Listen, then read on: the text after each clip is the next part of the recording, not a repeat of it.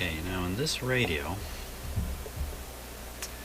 the knobs did not protrude even when the radio's in properly, and you see the knobs have a large collar on them, or a shaft part that reaches inside. And the reason for that is this is a hot chassis radio, and they've designed it so there's no metal sticking out of the cabinet. Even if you pull the knob off, the metal part is actually hidden in the hole a little bit. Well, these are all strong indications that this is a hot chassis radio. And of course you know that from other observations. There's no transformer in it. It has 5 tubes. A couple of them have high filament voltages, 50 and 35. So all those things can add to around 120. All the filament voltages. Okay, so our purpose is to see if that pointer is in the right place relative to the scale here. Here we go. Switch it on. This time I'm going to give it full voltage. No light in this radio at all.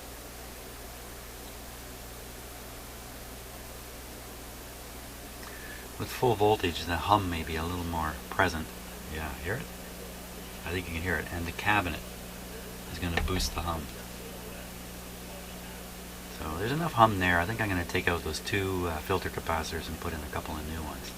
Take the 2 old ones out. One of them looks really egregious, in fact. Okay, now as for the tuning. Find out. 3 days in New York, the iPhone 6. That's 640, and it's appearing rated 640. 680, rated 680.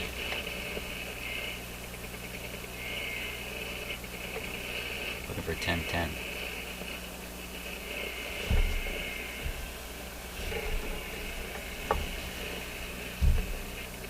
Doesn't want to pick it up, but I'm not too surprised.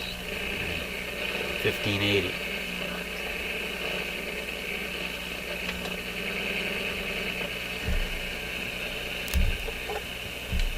To move the radio, just the antenna.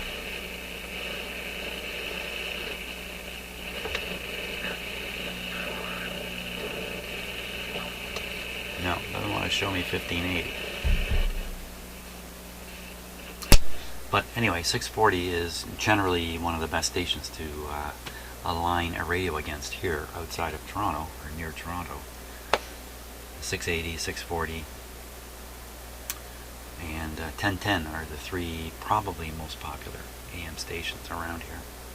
Okay, so the deal with this is get rid of the hum. Get rid of the hum. Let's unplug it here. Get rid of the hum.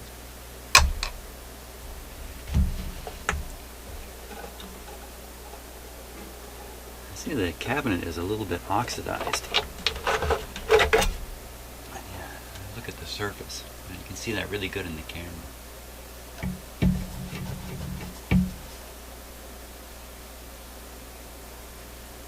Clean my thumb off.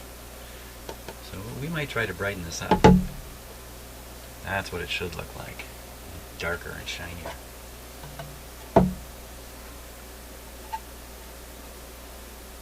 These old, I think this is Bakelite.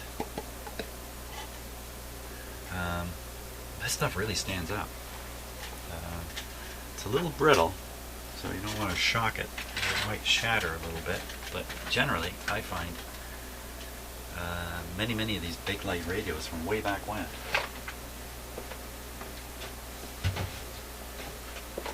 are in really good shape. Plastic ones are a little flimsier, newer ones, and they tend to have cracks in the corners and stuff like that. Okay, best way to do this work is to flip the radio right upside down. Again, sooner or later that antenna is going to come off, I know it.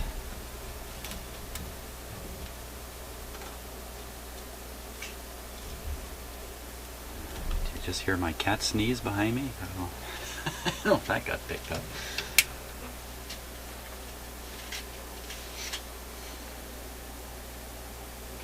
So what I want to do is I want to get rid of this guy.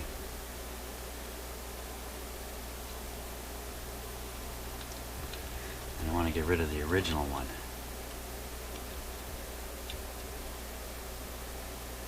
looks like it may have been replaced in the past too. I'm not sure.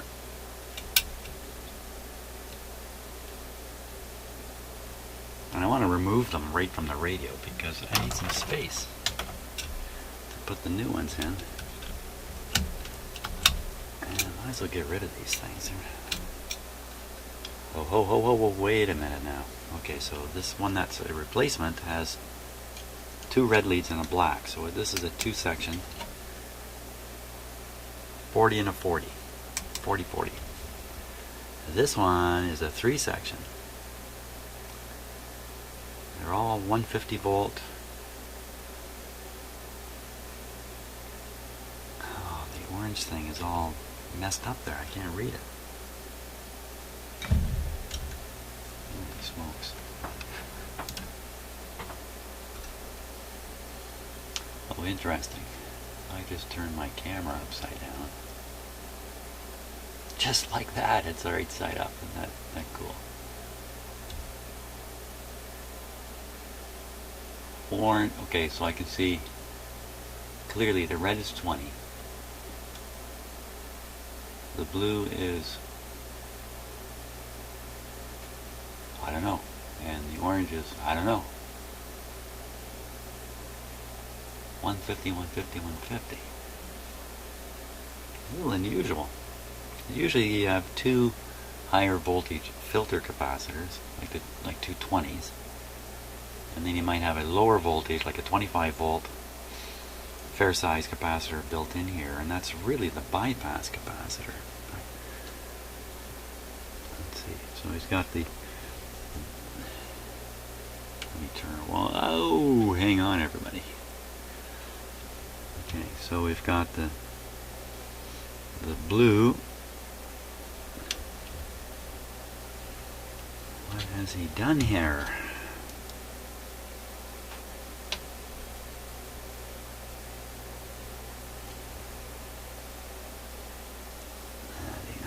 Exactly how he's wired these in. I'm sure it was done correct. Well, it's not obvious how it's connected. So, let me get back to my other camera here.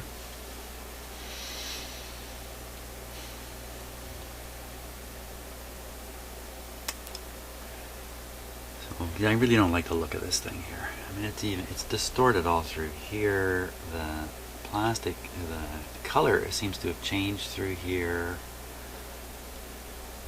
I don't like the look of this thing at all. Cut it out, but we'll leave the wires behind. We don't have to look at it anymore. Now, this one, the black is connected to the black of the other one. So I'm just going to cut off most of the wire there. These 2 guys, one is hooked where the blue is. Yeah, one's hooked to the blue and the other one's hooked to the orange. The last red one has no boosting to it. The last red one goes over to a pin on the output tube. How much you want to bet that's the bypass capacitor? This red line here. And then this original one might have been a 20-20-20. Oh, you know what? It looks like 30, 20. I can see it now. Interesting. I can see it. 30, 25, and 20. So the small one is the red one. The 20. That's this one. The bigger ones are the orange and the blue. I would, that's not it's not the usual pattern that I'm accustomed to.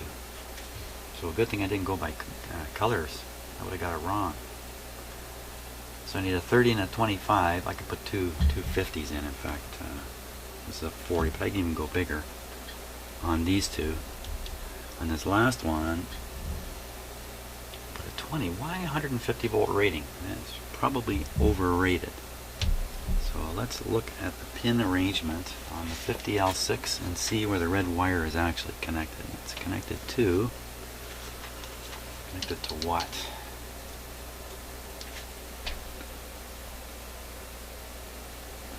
Pin number 87654. Looks like it's connected to pin number 4. Pin number 4 on a 50L6.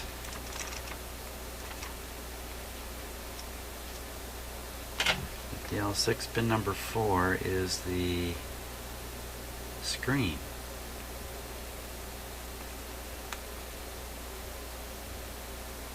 Well, they put a strong filter on the screen.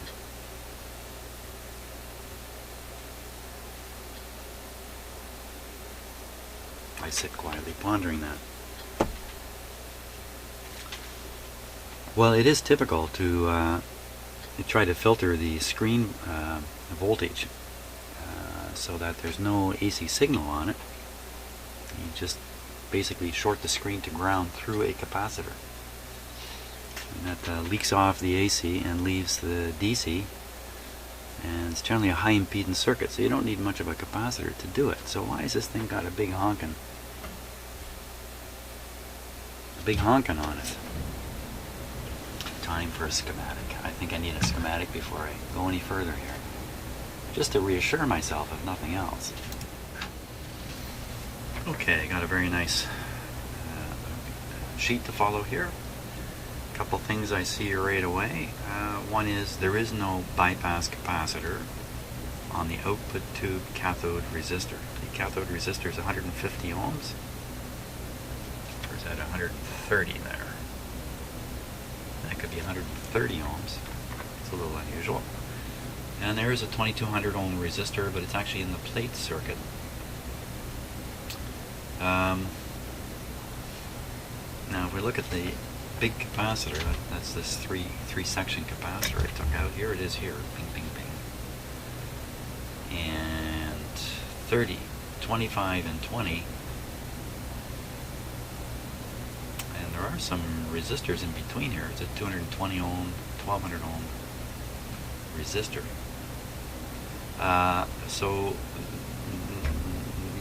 So none of this is for bypassing the cathode resistor on the output tube. It's all filter. It's all filter. Interesting. And this last line here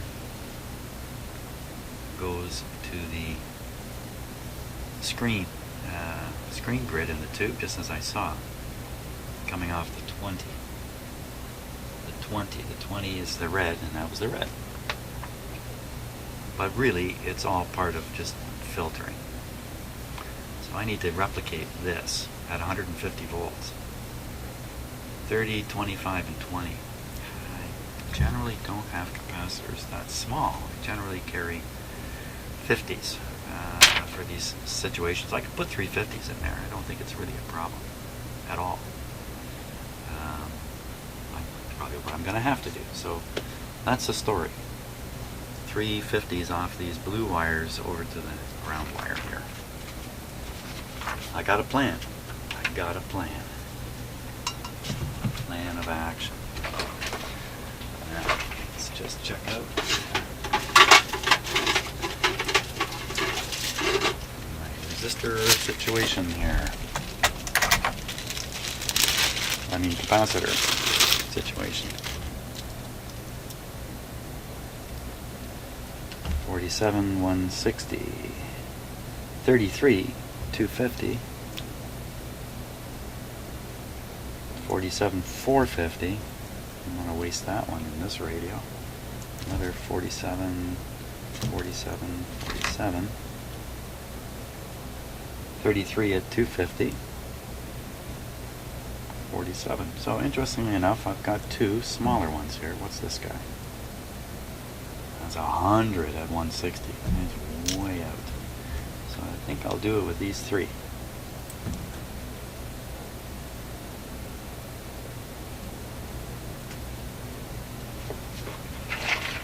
Very good. Oh, I just introduced a hum into my output here. Microphone. That's a little better. Okay, the hum, if you heard a hum, that was coming from my soldering iron, which I have not had on. Now I can get rid of this, or these red leads here completely. because the terminals are marked with the leads from the original capacitor.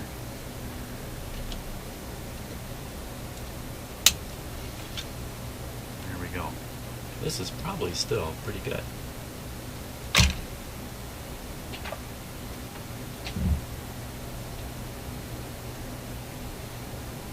So I think while my soldering iron gets warmed up, I'm going to reposition things to make the work a little bit easier, and we'll carry on from there.